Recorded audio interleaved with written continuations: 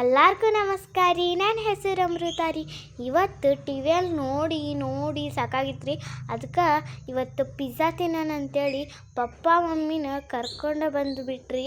ಅಲ್ಲಿ ಇವತ್ತು ನೋಡ್ರಿ ಬರ್ತ್ಡೇ ಡೆಕೋರೇಟ್ ಎಲ್ಲ ಮಾಡ್ಯಾರ ರೀ. ಬರ್ತ್ಡೇ ಸೆಲೆಬ್ರೇಟ್ ಮಾಡೋಕ್ಕೆ ಇಲ್ಲೇ ಬರ್ಬೋದು ರೀ ನೀವು. ಕೇಕ್, ಪಿಜ್ಜಾ ಎಲ್ಲ ಬರ್ಗರ್ ಎಲ್ಲ ಇರುತ್ತೆ ರೀ. ಮತ್ತು ನಾವೀಗ ಪಿಜ್ಜಾ ಆರ್ಡ್ರ್ ಮಾಡಿದ್ರಿ. ಪಿಜ್ಜಾ ಆರ್ಡ್ರ್ ಆಯ್ತು ರೀ. ಮತ್ತು ಅದ್ರ ಒಳಗೆ ಹಾಕೊಂಡು ತಿನ್ನಕ್ಕೆ ಟೊಮೊಟೊ ಸಾಸ್ ಕೊಟ್ಟಿದ್ರಿ. ನಮ್ಮ ಪಪ್ಪ ಸಾಸ್ ಹಾಕಿದ್ರಿ ರೀ. ಆಮೇಲೆ ಹೊರಗೆ ನೋಡೋಕೆ ಭಾಳ ಮಸ್ತ್ ಇತ್ತು ರೀ. ನಾನು ಈಗ ಒಂದು ಪಿಜ್ಜಾ ತಿಂದು ನೋಡಿದ್ದೆ ರೀ. ಅದಕ್ಕಿಂತ ರೊಟ್ಟಿ ಪಲ್ಯ ತಿನ್ನೋದ ಬೆಸ್ಟ್ ನೋಡ್ರಿ.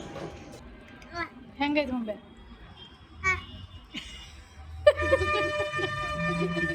ಮುಖ ನೋಡು ಹೆಂಗ್ ಮಾಡ್ಯ ಮುಖ ಹೆಂಗ್ ಮಾಡ್ಯ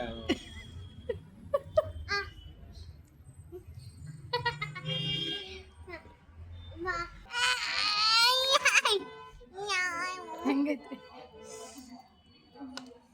ಚಲೋ ಆಯ್ತಾ? ತಿನ್ಬೋದ್ರಿ?